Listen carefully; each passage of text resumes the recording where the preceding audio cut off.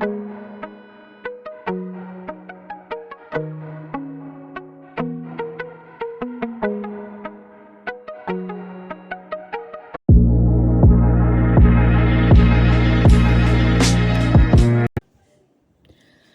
आज की प्रश्न उत्तर की श्रृंखला में आप सभी का स्वागत है और आज हम लेकर आए हैं फिर से कुछ इंपॉर्टेंट टॉपिक्स जहां से कई सारे क्वेश्चन आपके एग्जामिनेशंस में आते हैं। तो जो टॉपिक हम यहाँ पे लेकर के चल रहे हैं वहाँ से करीबन 10 से 15 क्वेश्चन हम वो डिस्कस करेंगे जो हाईली एक्सपेक्टेड है, यानी जो पूरी उम्मीद है आपके एग्जामिनेशंस में आने की। और दूसरी चीज़, अगर आपको हमारे क्वेश्चंस के साथ में आपको एक्सप्लेनेशन की आवश्यकता है तो कमेंट बॉक्स में ज़रूर बोलिएगा कि हम यहाँ पे फिलहाल गाइज ये सोच के चल रहे हैं कि आपका सिलेबस जो है वो कंप्लीटेड है और हम क्वेश्चन के साथ में आंसर की सीरीज़ इस टाइप से लेकर के चल रहे हैं कि आपकी जो प्रिपरेशन है वो स्ट्रांग हो, क्योंकि यहाँ पे सिलेबस कवर करने का बिल्कुल भी टाइम नहीं था, किसी के पास भी टाइम नहीं था। सिलेबस नहीं कवर हुआ है तो प्लीज़ डोंट गेट पैनिक। अभी जो कुछ भी है आपके पास, सबसे बड़ी चीज़ है आपका प्रैक्टिस सेट। तो जितना हो सके उतना ज़्यादा प्रैक्टिस सेट लगाइए, सॉल्व कीजिए, क्वेश्चन आंसर देखिए, ठीक है। एक्सप्लेनेशन पे ज़्यादा बिल्कुल मत जाइए, जो ज़रूरी 2-3 लाइनों का एक्सप्लेनेशन है बस उसको याद रखिए, ठीक है। चलिए, तो टाइम आपका बिल्कुल भी वेस्ट नहीं करते क्योंकि टाइम बहुत कम है। तो देखिए, आज का जो हमारा टॉपिक है important, that is sperm lysis, ठीक है। स्पर्म लाइसिन जो ये जो एंजाइमेटिक सब्सटेंस होता है जो कि स्पर्म्स के द्वारा प्रोड्यूस होता है मैमल्स में, तो उसका क्या नाम है आपको बताना है।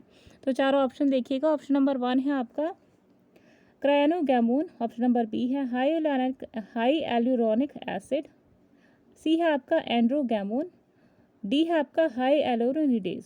तो वो क्वेश्चन के अकॉर्डिंग जो आपका करेक्ट आंसर निकल कर आता है that is option number D. आपको ध्यान रखना है कि स्पर्म का आपको स्ट्रक्चर पता होगा, कुछ इस प्रकार से स्पर्म का स्ट्रक्चर होता है, ठीक है। यहाँ पे क्रॉस क्रॉस क्रॉस कुछ इस टाइप से होता है और ये होती है टेल, ठीक है, इस टाइप से टेल। यहाँ पे टिप पे देखिए, एक टिप पे पाया जाता है एंजाइम हाई एल्यूरोनिडेज, ठीक है। इसका फंक्शन क्या होता है, एग जो होता है फीमेल एग ना, तो उसके स्किन को, एग का जो आउटर कवर होता है ना, उसको डिजॉल्व करके स्पर्म जो है अपना न्यूक्लियस अंदर इंजेक्ट करता है। तो इस एंजाइम का यही फंक्शन होता है, ठीक है। अगला क्वेश्चन देखिएगा।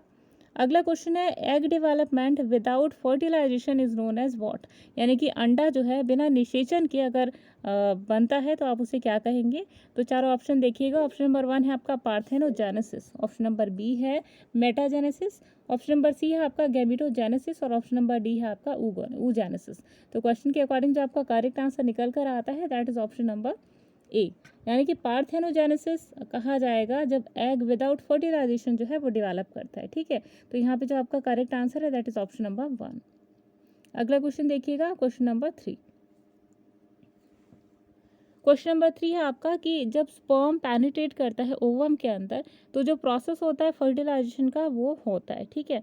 तो जो एंट्री होती है स्पर्म की फर्दर, ये रुक जाती है, तो किस कारण रुक जाती है आपको बताना है। देखिए, क्वेश्चन बहुत ही सिंपल सा है, इसको कॉम्प्लेक्स बिल्कुल भी मत बनाइएगा। क्वेश्चन आपसे पूछ रहा है कि एक बारी एक एग के साथ जो ओवम है उसने पेनिट्रेट कर लिया, ठीक है, यहाँ पे अपना न्यूक्लियस छोड़ दिया।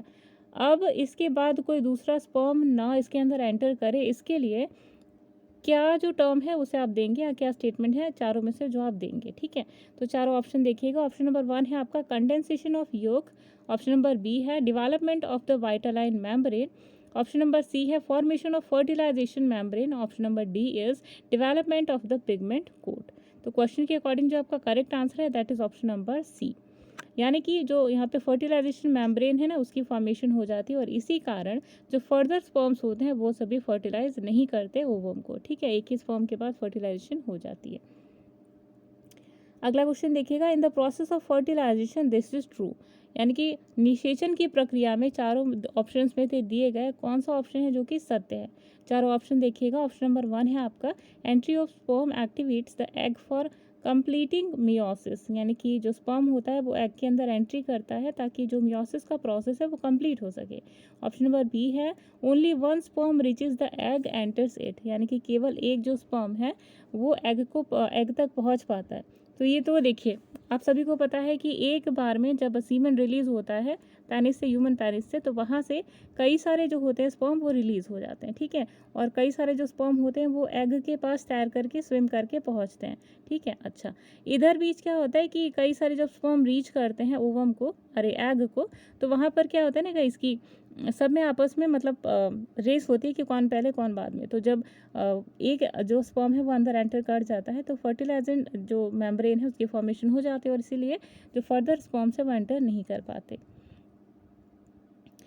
अच्छा, तो थर्ड ऑप्शन देखते हैं, option number C, only the acrosome of the sperm enters the egg, यानी केवल एक्रोसोम जो होता है वो सभी स्पर्म का अंदर एग के एंटर कर पाता है। ऑप्शन नंबर डी है, two haploid nuclei fuse and immediately divide to produce two nuclei which are again haploid. तो क्वेश्चन के अकॉर्डिंग जो आपका करेक्ट आंसर निकल कर आता है that is option number A, यानी कि केवल स्पर्म जो होता है वो एक्टिवेट करता है एग को ताकि एग जो है आफ्टर फर्टिलाइजेशन मियोसिस प्रोसेस को कंप्लीट करे। ठीक है, क्योंकि देखिए यहाँ पे जो फीमेल एक एन है, फीमेल के पास से एक एन मिला, मेल के पास से एक एन मिला, तो ये दोनों क्या है, हैप्लॉइड कंडीशन में। जब दोनों का फ्यूज़न होता है आपस में तो यहाँ जो एग बनकर आता है दैट इज़ 2n। ठीक है, दोनों के फ्यूज़न से जो इक्विवेलेंट न्यूक्लियस बनता है तो वो कैसा होता है, डिप्लॉयड होता है। तो इसी को हैप्लॉइड में कन्वर्ट करने के लिए जो मियोसिस प्रोसेस होता है यानी कि रिडक्शन डिवीजन वो होता है। अगला क्वेश्चन देखिएगा, in rabbit, human and other placental mammals fertilization occurs in, यानी कि जो रैबिट होता है, ठीक है, ह्यूमन बींग्स यानी कि जो मनुष्य हैं और अदर जो प्लेसेंटल एनिमल्स हैं यानी ऐसे एनिमल जिनके अंदर नाड़ यानी कि प्लेसेंटा का फॉर्मेशन होता है, वहाँ पर फर्टिलाइजेशन कैसे होती है, तो आपको बताना है कहाँ पर होती है। ठीक है, चारों ऑप्शन देखिएगा। ऑप्शन नंबर 1 है आपका वेजाइना, ऑप्शन नंबर बी है ओवरी, ऑप्शन नंबर सी है फैलोपियन ट्यूब्यूल्स और ऑप्शन नंबर डी है आपका यूटेरस। तो क्वेश्चन के अकॉर्डिंग जो आपका करेक्ट आंसर निकल कर आता है that is option number C, यानी कि मैमल्स के बारे में तो आप सभी को पता ही होगा। ठीक है, सॉरी, ह्यूमंस के बारे में तो सभी जानते हैं कि फैलोपियन ट्यूब्यूल जो होता है ना वहाँ पर होता है फर्टिलाइजेशन। ठीक है, और रैबिट का भी यही होता है। ठीक है, ऑलमोस्ट दोनों में सिमिलैरिटी है। तो प्लेसेंटल मैमल मतलब जिनके पास नाड़ होती है, जैसे आप देखते हैं ना बच्चा न्यूबॉर्न बेबी जब पैदा होता है तो उसके अंदर एक छोटी सी नाड़ निकल कर के आती है, वही प्लेसेंटा होता है जो कि मदर्स को कनेक्ट करता है उनके बेबीज़ के साथ में for the purpose of nutrition. ठीक है गाइस, क्वेश्चन नंबर 6 में मिस्टेक होने के कारण क्वेश्चन नंबर 6 को हम यहाँ पे स्किप करते हैं, क्वेश्चन नंबर 7 से स्टार्ट करते हैं। तो क्वेश्चन नंबर 7 है आपका, this is a minute cell which separate from the animal egg during maturation is known as what, यानी कि एक छोटा सा सेल जो कि एनिमल एग से सेपरेट होने के बाद जब मैच्योर होता है तो उसे आप क्या नाम देते हैं। तो चारों ऑप्शन देखिएगा। ऑप्शन नंबर 1 है आपका primary oogonia, option number B है आपका secondary oogonia, option number C है आपका प्राइमरी स्पर्मेटोगोनिया और ऑप्शन नंबर डी है आपका पोलर बॉडीज। तो क्वेश्चन के अकॉर्डिंग जो आपका करेक्ट आंसर निकल कर आता है that is option number D, यानी कि पोलर बॉडीज। अगला क्वेश्चन देखिएगा, question number 8, the nutritive medium for the ejaculated sperm is given by, यानी कि जो एक बार स्पर्म रिलीज हो चुका है वहाँ से, ठीक है, तो उस स्पर्म को न्यूट्रिशन कहाँ से मिलता है ये आपको बताना है। चारों ऑप्शन देखिएगा। ऑप्शन नंबर 1 है आपका fallopian tubule, option number B है uterine lining, option number C है सेमिनल फ्लूइड और ऑप्शन नंबर डी है आपका वेजाइनल फ्लूइड। तो क्वेश्चन के अकॉर्डिंग जो आपका करेक्ट आंसर है that is option number D, यानी कि सेमिनल फ्लूइड जो है वो स्पर्म को नरिशमेंट प्रोवाइड करने का काम करता है। अगला क्वेश्चन देखिएगा, question number 9, this helps in the penetration of egg by the sperm, यानी कि चारों में से ऐसा कौन सा ऑप्शन है जो कि फर्टिलाइजेशन प्रक्रिया में जो कि स्पर्म की हेल्प करता है एग के अंदर छेद करने में या उसकी जो मेम्ब्रेन है उसको गलाकर अंदर एंटर करने में। तो चारों ऑप्शन देखिएगा। ऑप्शन नंबर 1 है आपका fertilization membrane, option number B है anti fertilizin, option number C है स्पर्म लाइसिन और ऑप्शन नंबर डी है आपका फर्टिलाइजिन। तो क्वेश्चन के अकॉर्डिंग जो आपका करेक्ट आंसर निकल कर आता है that is your option number C, यानी कि स्पर्म लाइसिन, जो कि हमने क्वेश्चन नंबर 1 में भी चीज़ें सीखी थी कि स्पर्म लाइसिन के प्रेजेंस में क्या होता है, स्पर्म क्या करता है एग के अंदर एंट्री पाने के लिए जो एक पैसेज है वो क्रिएट करता है। ठीक है, अगला क्वेश्चन देखिएगा। अगला क्वेश्चन है आपका, in a man sperm move after ejaculation as a rise nearly, यानी कि एक मैन जो होता है उसके अंदर स्पर्म इजैकुलेट करता है कितने रेट पे आपको बताना है। ठीक है, जैसे कि मान लीजिए कि आफ्टर इंटरकोर्स जब मैन जब रिलैक्स होता है और स्पर्म उनकी बॉडी से रिलीज होता है, सीमेन रिलीज होता है, तो उसकी स्पीड क्या होती है, उसका रेट क्या होता है, ये आपको बताना है। तो ऑप्शन नंबर 1 देखिएगा, 2 to 4 इंचेस पर मिनट, ऑप्शन नंबर बी है 2 to 4 मिलीमीटर पर मिनट, ऑप्शन नंबर सी है 2 to 4 सेंटीमीटर पर मिनट और ऑप्शन नंबर डी है 2 to 4 फीट पर मिनट। तो क्वेश्चन के अकॉर्डिंग जो आपका करेक्ट आंसर निकल कर आता है that is option number B. यानी कि जो इजैकुलेशन के बाद जो स्पर्म की रेट होती है मूवमेंट की दैट इज 2 to 4 मिलीमीटर पर मिनट। ठीक है, स्पर्म की स्पीड के बारे में पूछ रहा है। स्पर्म की स्पीड मतलब एक स्पर्म की नहीं पूछ रहा है कि जैसे कि पेनिस के से जब रिलीज होता है सीमेन, ठीक है, तो सीमेन जब रिलीज होता है तो जो उसकी स्पीड होती है यहाँ से इजैकुलेशन की, तो उसकी रेट क्या होती है ये आपसे पूछ रहा है। ठीक है, तो वो है 2 to 4 मिलीमीटर पर मिनट। ठीक है, तो ये आपके जीआईसी के लिए वेरी इंपॉर्टेंट क्वेश्चन है, क्योंकि जीआईसी में ऐसे टिपिकल क्वेश्चन बहुत सारे आते हैं। ठीक है, तो ये सेक्शन हम यहीं पे ख़त्म करते हैं, बढ़ते हैं नेक्स्ट सेक्शन की तरफ, जो कि आपके एग्जामिनेशन के लिए बेहद ही इंपॉर्टेंट है। तब तक अगर आप चाहें तो वीडियो को पॉज करके पानी वानी पी कर आइए, रिलैक्स होकर आइए, चिल करिए। ठीक है, चलिए फिर नेक्स्ट सेक्शन पे मिलते हैं। चलिए, तो उम्मीद है आप सभी फ्रेश होकर 2-4 मिनट का जो नैप है वो लेकर आ गए होंगे। तो अब स्टार्ट करते हैं हमारा दूसरा सेक्शन। ठीक है, देखिए गाइस, जो स्टडी है वो कंटिन्यू करना अच्छी बात है, लेकिन अगर आप थोड़ा सा गैप दे करके करते हो ना तो आपका कंसंट्रेशन लेवल और भी ज़्यादा इन्हांस होता है। और दूसरी चीज़ है, जब आप रिलैक्स हो जाते हैं ना पढ़ने के बाद और फिर से दोबारा पढ़ाई स्टार्ट करते हैं तो वो चीज़ें आपके माइंड में स्टेबल रहती हैं। ठीक है, तो इन सब चीज़ों का ध्यान रख के अपना जो शेड्यूल है उसको फॉलो कीजिएगा। तो चलिए नेक्स्ट टॉपिक है हमारा एपोमिक्सिस, जहाँ से बहुत सारे क्वेश्चन आपके एग्जाम्स में आ चुके हैं। ठीक है, चलिए, तो आज की सीरीज़ का जो पहला प्रश्न है एपोमिक्सिस पे बेस्ड वो है ऑप्शन। क्वेश्चन नंबर आज का पहला है, in many laboratories active which research in on to comprehend the genetics of apomixis. यानी कि कई सारी लैबोरेटरीज में एक्टिव रिसर्च जो होती है जो जेनेटिक्स ऑफ एपोमिक्सिस को इन्हांस करती है। ठीक है, कॉम्प्रीहेंड करती है। तो 4 ऑप्शन देखिएगा। ऑप्शन नंबर 1 है आपका, apomixis generates genetically different individuals.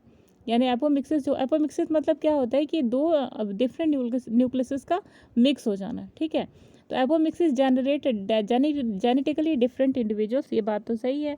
Second देखिए, apomixis is the method of produce seed without fertilization. यानी कि एपोमिक्सिस जो होता है ये कैसा मेथड होता है जिसमें सीड प्रोडक्शन होता है बिना फर्टिलाइजेशन के। तीसरा है आपका, देखिए, hybrid plants are directly formed by apomixis. यानी कि जितने भी हाइब्रिड प्लांट्स यानी कि सकरा पौधे होते हैं, संकरा या सकरा कहा जाता है, तो इन सभी का फॉर्मेशन होता है डायरेक्टली विद एपोमिक्सिस। लास्ट है, देखिए, transfer of apomictic genes into hybrid varieties that shall prevent hybrid vigour loss over the years. यानी कि एपोमिक्सिस के द्वारा जीन्स का ट्रांसफ़र होता है हाइब्रिड वेराइटीज़ बनाने के लिए, जो कि हाइब्रिड वीगर लॉस को कई सालों से इन चीज़ों को प्रिवेंट कर रहा है, रोक रहा है। ठीक है, तो यहाँ पे क्वेश्चन के अकॉर्डिंग जो आपका करेक्ट आंसर निकल कर आता है that is your option number D. यानी कि ऑप्शन नंबर डी जो है यहाँ पे वो आपका करेक्ट आंसर है। यानी कि हाइब्रिड, देखिए, एपोमिक्सिस मतलब क्या होता है, दो डिफरेंट स्ट्रेन का जो न्यूक्लियस है उनका मिक्स होना। ठीक है, मान लीजिए मेल और फीमेल का न्यूक्लियस का या दो डिफरेंट स्ट्रेन का जो न्यूक्लियस है उन्होंने मिक्स किया। ठीक है, उसके बाद इससे क्या होता है, मान लीजिए इसके पास पिंक कलर की, मान लीजिए एक ऐसा कोई ऑर्गेनिज्म है जिसके पास पिंक कलर के लिप्स है और ये कोई ऐसा ऑर्गेनिज्म है जिसके पास है ब्लैक कलर के लिप्स। अब इनमें जब फ्यूजन हुआ दोनों न्यूक्लियस के अंदर, तो ये जो नई वैरायटी बनकर आई वो थोड़ी सी डार्किश पिंक होती है। ठीक है, तो ये जो हुआ ना, ये क्या कह रहा है, हाइब्रिड वैरायटीज़ को क्रिएट कर रहा है, यानी वैरायटीज़ आपको यहाँ पे नज़र आ रही है। ठीक है, अगला क्वेश्चन देखिए, apomixis is a form of what. Apomixis किस चीज़ का फॉर्म है आपको बताना है। 4 ऑप्शन देखिएगा। ऑप्शन नंबर 1 है आपका वर्नलाइजेशन, ऑप्शन नंबर बी है आपका पार्थेनोजेनेसिस, ऑप्शन नंबर सी है आपका पार्थेनोकार्पी और ऑप्शन नंबर डी है आपका नन ऑफ द एबव। तो क्वेश्चन के अकॉर्डिंग जो आपका करेक्ट आंसर निकल कर आता है that is option number B, यानी कि पार्थेनोजेनेसिस। एपोमिक्सिस क्या होता है, दो न्यूक्लियस का मिक्स होना। ठीक है, विदाउट फर्टिलाइजेशन। तो ये प्रोसेस आपको ध्यान में रखना है। चलिए, तो उम्मीद है आप सभी फ्रेश होकर 2-4 मिनट का जो नैप है वो लेकर आ गए होंगे। तो अब स्टार्ट करते हैं हमारा दूसरा सेक्शन। ठीक है, देखिए गाइस, जो स्टडी है वो कंटिन्यू करना अच्छी बात है, लेकिन अगर आप थोड़ा सा गैप दे करके करते हो ना तो आपका कंसंट्रेशन लेवल और भी ज़्यादा इन्हांस होता है। और दूसरी चीज़ है, जब आप रिलैक्स हो जाते हैं ना पढ़ने के बाद और फिर से दोबारा पढ़ाई स्टार्ट करते हैं तो वो चीज़ें आपके माइंड में स्टेबल रहती हैं। ठीक है, तो इन सब चीज़ों का ध्यान रख के अपना जो शेड्यूल है उसको फॉलो कीजिएगा। तो चलिए नेक्स्ट टॉपिक है हमारा एपोमिक्सिस, जहाँ से बहुत सारे क्वेश्चन आपके एग्जाम्स में आ चुके हैं। ठीक है, चलिए, तो आज की सीरीज़ का जो पहला प्रश्न है एपोमिक्सिस पे बेस्ड वो है ऑप्शन क्वेश्चन नंबर आज का पहला है, in many laboratories active which research in on to comprehend the genetics of apomixis, यानी कि कई सारी लैबोरेटरीज में एक्टिव रिसर्च जो होती है, जो जेनेटिक्स ऑफ एपोमिक्सिस को इन्हांस करती है, ठीक है, कॉम्प्रीहेंड करती है। तो चार ऑप्शन देखिएगा। ऑप्शन नंबर 1 है आपका, apomixis generates genetically different individuals, यानी एपोमिक्सिस, जो एपोमिक्सिस मतलब क्या होता है कि दो डिफरेंट न्यूक्लियस का मिक्स हो जाना, ठीक है। तो apomixis generate genetically different individuals, ये बात तो सही है। सेकंड देखिए, apomixis is the method of produce seed without fertilization, यानी कि एपोमिक्सिस जो होता है ये कैसा मेथड होता है जिसमें सीड प्रोडक्शन होता है बिना फर्टिलाइजेशन के। तीसरा है आपका देखिए, hybrid plants are directly formed by apomixis, यानी कि जितने भी हाइब्रिड प्लांट्स यानी कि सकरा पौधे होते हैं, संकरा या सकरा कहा जाता है, तो इन सभी का फॉर्मेशन होता है डायरेक्टली विद एपोमिक्सिस। लास्ट है देखिए, transfer of apomictic genes into hybrid varieties that shall prevent hybrid vigour loss over the years, यानी कि एपोमिक्सिस के द्वारा जीन्स का ट्रांसफ़र होता है हाइब्रिड वेराइटीज़ बनाने के लिए, जो कि हाइब्रिड वीगर लॉस को कई सालों से जो चीज़ इन चीज़ों को प्रिवेंट कर रहा है, रोक रहा है, ठीक है।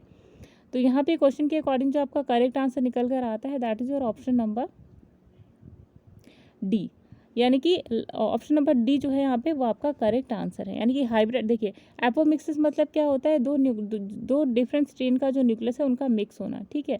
मान लीजिए मेल और फीमेल का न्यूक्लियस का या दो डिफरेंट स्ट्रेन का जो न्यूक्लियस है उन्होंने मिक्स किया, ठीक है। उसके बाद इससे क्या होता है, मान लीजिए इसके पास पिंक कलर की, मान लीजिए एक ऐसा कोई ऑर्गेनिज्म है जिसके पास पिंक कलर के लिप्स है, और ये कोई ऐसा ऑर्गेनिज्म है जिसके पास है ब्लैक कलर के लिप्स। अब इनमें जब फ्यूजन हुआ दोनों न्यूक्लियस के अंदर, तो ये जो नई वैरायटी बनकर आई वो थोड़ी सी डार्किश पिंक होती है, ठीक है। तो ये जो हुआ ना, ये क्या कह रहा है, हाइब्रिड वैरायटीज़ को क्रिएट कर रहा है, यानी वैरायटीज़ आपको यहाँ पे नज़र आ रही है, ठीक है। अगला क्वेश्चन देखिए, apomixis is a form of what, apomixis किस चीज़ का फॉर्म है आपको बताना है। चार ऑप्शन देखिएगा। ऑप्शन नंबर 1 है आपका वर्नलाइजेशन, ऑप्शन नंबर बी है आपका पार्थेनोजेनेसिस, ऑप्शन नंबर सी है आपका पार्थेनोकार्पी, और ऑप्शन नंबर डी है आपका नन ऑफ द एबव। तो क्वेश्चन के अकॉर्डिंग जो आपका करेक्ट आंसर निकल कर आता है that is option number B, यानी कि पार्थेनोजेनेसिस। एपोमिक्सिस क्या होता है, दो न्यूक्लियस का मिक्स होना, ठीक है, विदाउट फर्टिलाइजेशन। तो ये प्रोसेस आपको ध्यान में रखना है। चलिए अगला प्रश्न देखिए। तो अगला प्रश्न है, geitonogamy and autogamy both are prevented in which of these, यानी कि ये चारों ऑप्शन आप देख रहे हैं, इनमें से किसके अंदर जेटोनोलॉजी और ऑटोगैमी जो है दोनों को रोका जा सकता है। तो देखिए पहले दोनों टर्म्स का मतलब समझ लीजिए कि जेटोनोलॉजी मतलब, जीटोनोलॉजी का मतलब होता है कि ये आपका प्लांट है और ये आपका फ्लावर, ठीक है, एक ही प्लांट के अंदर यहाँ पे एंथर से पोलन ग्रेन्स ट्रैवल होकर by the help of insect या किसी भी वेक्टर के माध्यम से अगर यहाँ से ट्रैवल करके दूसरे फ्लावर तक पहुँच जाता है, तब जो पॉलिनेशन होती है तो उसे जीटोनोलॉजी कहा जाता है। ऑटोगैमी मतलब कि एक ही फ्लावर जो है, एक ही प्लांट का यही फ्लावर है, इसी के अंदर जो पोलन ग्रेन है किसी कारणवश इसी के अंदर जो है फर्टिलाइज कर जाती है, तो ये आपका ऑटोगैमी कहलाता है, ठीक है। एक और टर्म होता है उसे कहा जाता है जेनोलॉजी, ठीक है, जेनोलॉजी।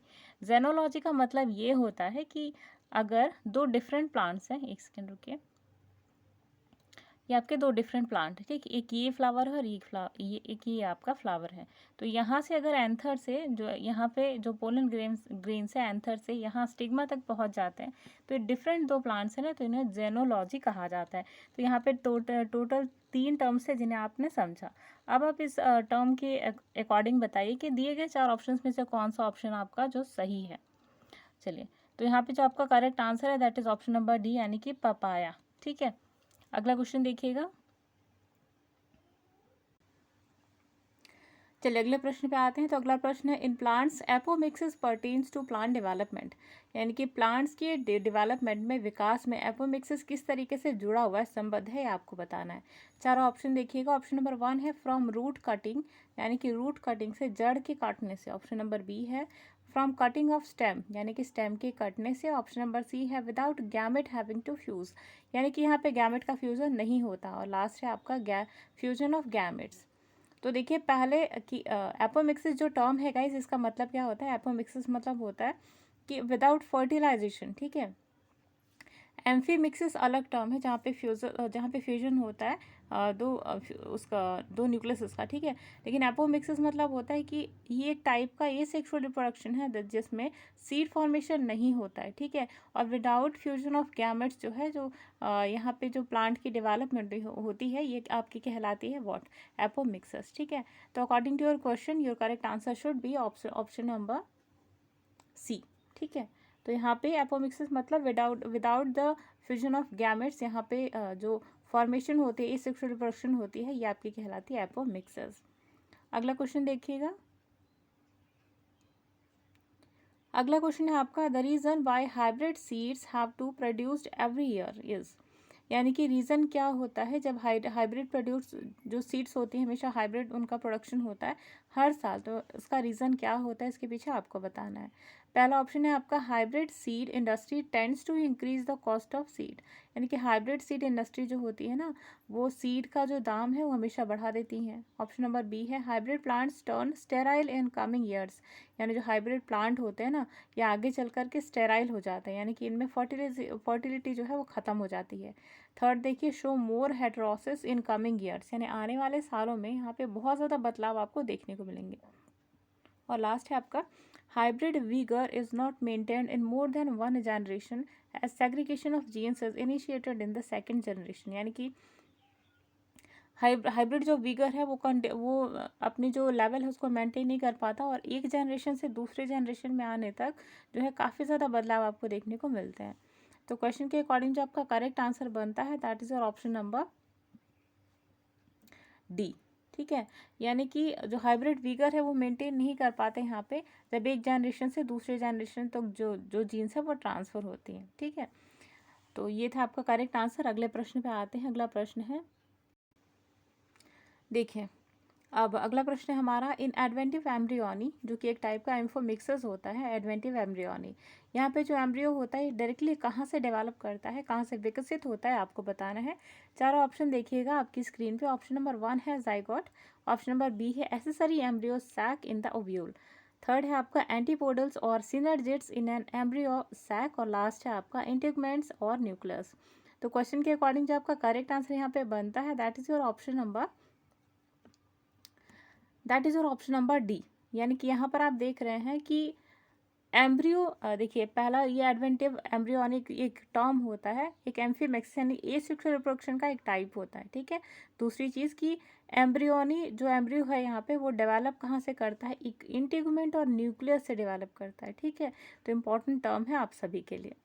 अच्छा देखिए यहाँ पर भी एम्ब्रियो डेवलपमेंट होता है लेकिन यहाँ पर भी फ्यूजन नहीं होता गैमेट्स का, ठीक है, क्योंकि ये एक टाइप का एम्फोमिक्सिस है, ठीक है। अगला देखिएगा।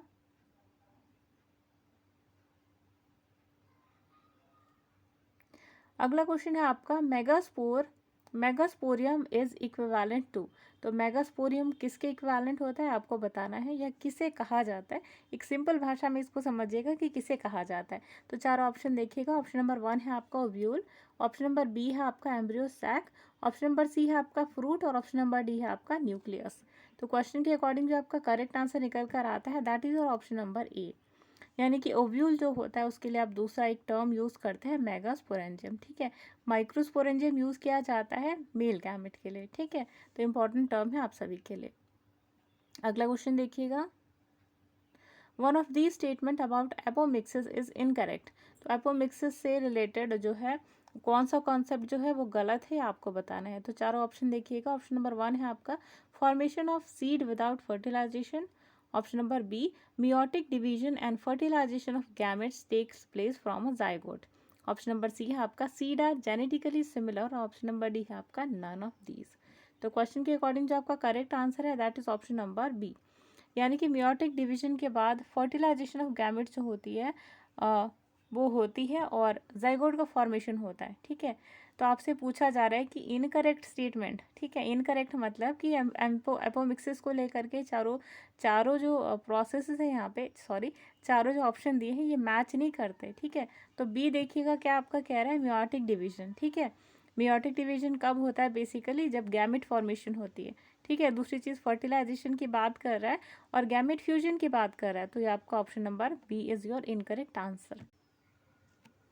अब देखिएगा तो यहाँ पे जो करेक्ट आंसर निकल कर आता है that is option number B. ठीक है, बी कैसे यहाँ पे करेक्ट है, क्योंकि यहाँ पे बी देखिए आपसे स्टेटमेंट पूछ रहा है कि कौन सी स्टेटमेंट जो है वो इनकरेक्ट है, यानी कि गलत है।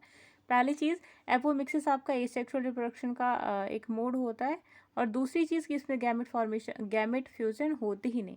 ठीक है, तो फर्टिलाइजेशन का टर्म आना ही नहीं चाहिए, तो यहाँ पे फर्टिलाइजेशन टर्म आया है, दैट मीन्स कि यहाँ पे ये जो स्टेटमेंट है that is totally incorrect. Meiotic division होता है जब गैमेट की फॉर्मेशन होती है, तो गैमेट की फॉर्मेशन हो ही नहीं रही है, तो सारे जो टर्म्स हैं यहाँ पे इनकरेक्ट है। ठीक है, बी सेक्शन के। तो यहाँ पे मियोटिक डिवीजन भी गलत, फर्टिलाइजेशन टर्म आया ये भी गलत, गैमेट फॉर्मेशन है ये भी गलत, तो आपका यहाँ पे जो बी है वो टोटली यहाँ पे गलत है। जबकि देखिए यहाँ पे एपोमिक्सिस में सीड फॉर्मेशन होती भी है, नहीं भी होती है, लेकिन फर्टिलाइजेशन यहाँ पे बिल्कुल भी नहीं होती, गैमेट का फ्यूजन बिल्कुल भी नहीं होता। ठीक है, सीड आर जेनेटिकली सिमिलर, ये तो ऑलरेडी बात है, जब यहाँ पे दो न्यूक्लियस का मिक्सिंग नहीं होगा तो यहाँ पे जो जीन्स है उनके अंदर बदलाव होगा ही नहीं, तो सीड्स आर जेनेटिकली सिमिलर। ठीक है, अगला क्वेश्चन देखिएगा, question number 9, this about apomixis is true. तो एपोमिक्सिस से रिलेटेड चारों स्टेटमेंट में से कौन सा ऐसा स्टेटमेंट है जो कि सही है। अभी आपको गलत बताना था, अब आपको सही बताना है। ठीक है, तो पहला देखिए, there is no fertilization evolve in both apomixis and parthenocarpy, यानी कि पार्थेनोकार्पी और फर्टिलाइजेशन और एपोमिक्सिस दोनों के अंदर ही निषेचन यानी कि फर्टिलाइजेशन नहीं होता। Option number B, apomixis produces genetically identical mother sales.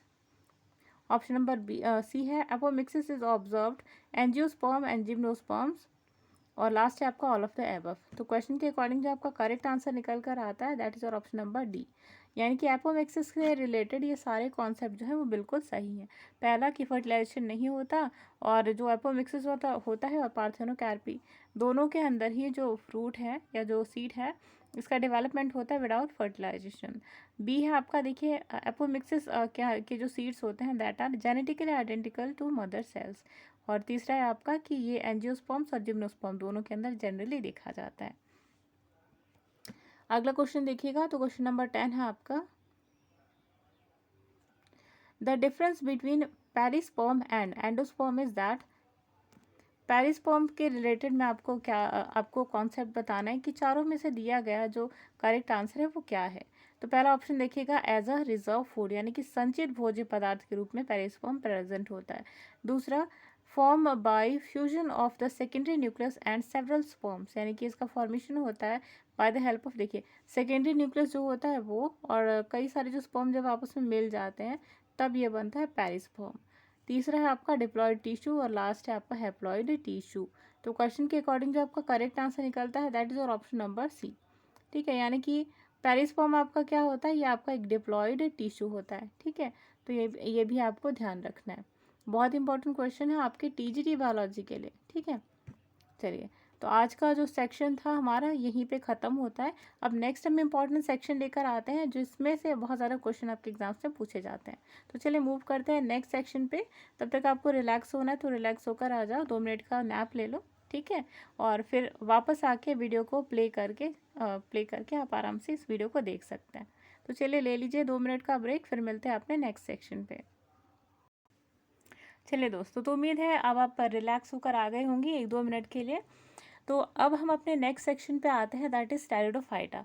तो टेरिडोफाइटा से जितने भी क्वेश्चन इंपॉर्टेंट आपके एग्जाम से में रिपीट हुए हैं उनमें से कई सारे क्वेश्चन आप यहाँ पे देखेंगे, और करीबन 10 से 15 क्वेश्चन हम अपने हर सेक्शन से जो इम्पोर्टेंट टर्म्स है, इंपॉर्टेंट क्वेश्चन है उनको यहाँ पे डिस्कस करते हैं। तो आज का हमारा टॉपिक है अभी का टेरिडोफाइटा, और टेरिडोफाइटा से सबसे पहला जो हमारा क्वेश्चन है वो ये है, in which of the following groups would you place a plant that produce spores, lacks seeds and has a vascular tissue। यानी आपको बताना है कि इन चारों ग्रुप्स में से ऐसा कौन सा प्लांट है जो कि स्पोर प्रोड्यूस करता है, ठीक है, जिसके पास सीड भी नहीं होते और जिनके पास वैस्कुलर टिश्यू पाए जाते हैं। ठीक है, तो चारों ऑप्शन देखिएगा। ऑप्शन नंबर 1 है आपका bryophyta, option number 2 is algae, option number 3 is pteridophyta, और option number D is gymnosperms. तो क्वेश्चन के अकॉर्डिंग यहाँ पे जो आपका करेक्ट आंसर बनता है that is option number C, यानी कि टेरिडोफाइटा एक ऐसा प्लांट का समूह है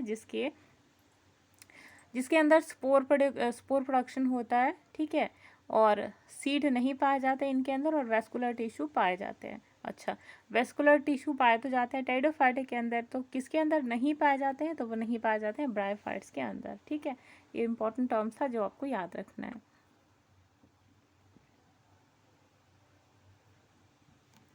अगला क्वेश्चन है आपका, in pteridophytes the dominant generation is.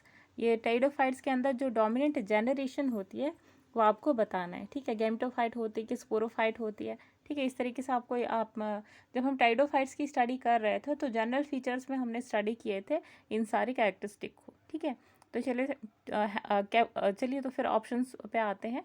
तो ऑप्शन नंबर 1 है आपका गैमेटोफाइटिक, ऑप्शन नंबर बी है आपका हेप्लॉइड, ऑप्शन नंबर सी है आपका डिप्लॉइड और ऑप्शन नंबर डी है आपका ट्रिप्लॉइड।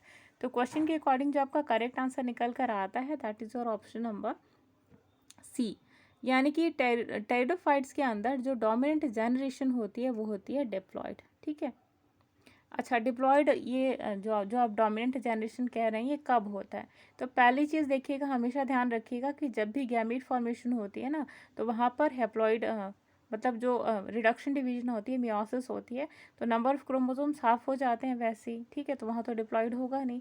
जाइगोट फॉर्मेशन के टाइम में जब प्रोथैलस डेवलप करता है उस टाइम पे आपको डिप्लॉयड फेज नज़र आएगा। ठीक है, और आपका जब स्पोरोफाइट का डेवलपमेंट होता है तब भी आपको डिप्लॉयड फेज नज़र आएगा। तो ये भी चीज़ें आपको खासा ध्यान रखनी है। अगला क्वेश्चन देखिएगा, अगला क्वेश्चन है आपका, reduction division in pteridophytes occurs in, यानी टेरिडोफाइट्स के अंदर जो रिडक्शन डिवीजन है यानी कि मियोसिस है वो कब होती है आपको बताना है।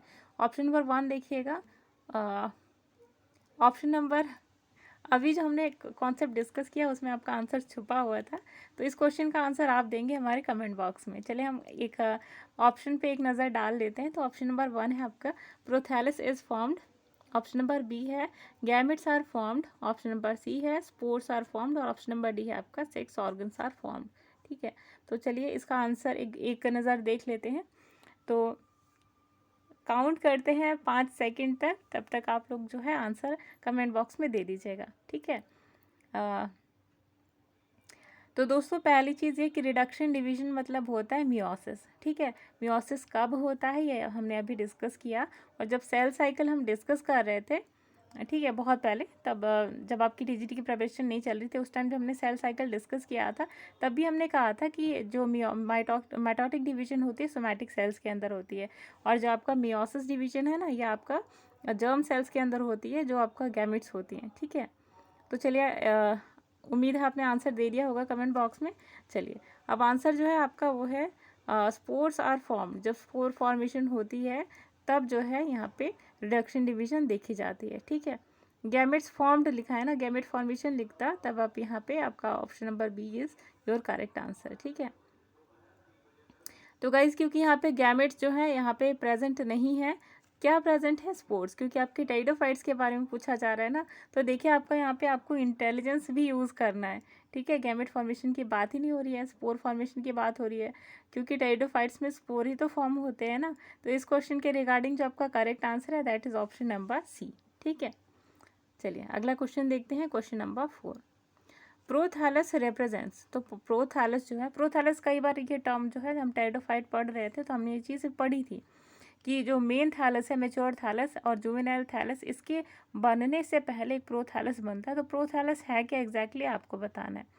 चारों ऑप्शन देखिएगा, ऑप्शन नंबर 1 है sporophytic phase in a fern, option number B है gametophytic phase in a fern, option number C है sporophytic phase in a gymnosperm और ऑप्शन नंबर डी है आपका gametophytic phase in a gymnosperm. तो question के according जो आपका correct answer निकल कर आता है that is option number B, यानी कि गैमेटोफाइटिक फेज जो होता है किसी भी फर्न का ये कहलाता है प्रोथैलस। ठीक है, अगला क्वेश्चन देखिएगा, बहुत इंपॉर्टेंट क्वेश्चन था आपकी टीजीटी के रेस्पेक्ट में। तो गैमेटोफाइटिक फेज जो होता है फर्न का वही कहलाएगा आपका प्रोथैलस। ठीक है, अगला क्वेश्चन पे बढ़ते हैं। अगला क्वेश्चन देखिए, क्वेश्चन नंबर 5, टेरिडोफाइट्स और ब्रायोफाइट्स जो होते हैं ना एक दूसरे से किस तरीके से अलग होते हैं आपको बताना है। ठीक है, अलग बताने, सिमिलैरिटी नहीं। कई सारे बच्चे ऐसे करते हैं ना, अब वो क्वेश्चन ठीक से पढ़ते नहीं हो, जल्दी जल्दी में वो उस तरीके से क्वेश्चन को देखते जैसे उनके मन में चल रहा होता है। ठीक है, तो डिफरेंस पूछा जा रहा है। ठीक है, इस चीज़ को आपको ध्यान रखना है। तो चारों ऑप्शन देखिएगा, ऑप्शन नंबर 1 है आपका स्पर्मेटोजोइड्स, ऑप्शन नंबर बी है आपका आर्चिगोनिया, ऑप्शन नंबर सी है आपका सेपरेट गैमेटोफाइट्स और ऑप्शन नंबर डी है आपका कंडक्टिंग सिस्टम। तो क्वेश्चन के अकॉर्डिंग जो आपका करेक्ट आंसर निकल कर आता है that is your option number D. यानी कि टेरिडोफाइट्स और ब्रायोफाइट्स जो होते हैं किस तरीके से डिफरेंट होते हैं। कंडक्टिंग सिस्टम मतलब कंडक्ट मतलब क्या होता है, किसी चीज़ को यहाँ से वहाँ तक पहुँचाना। तो प्लांट्स के अंदर दो ही टाइप के कंडक्टिंग सिस्टम पाए जाते हैं, ठीक है, परमानेंट टिश्यूज। एक होता है आपका जाइलम और दूसरा होता है आपका फ्लोएम, ठीक है। फ्लोएम मिनरल्स वगैरह को ट्रांसफ़र करता है जबकि जाइलम वाटर को ट्रांसफ़र करता है, ठीक है, कंडक्ट करता है।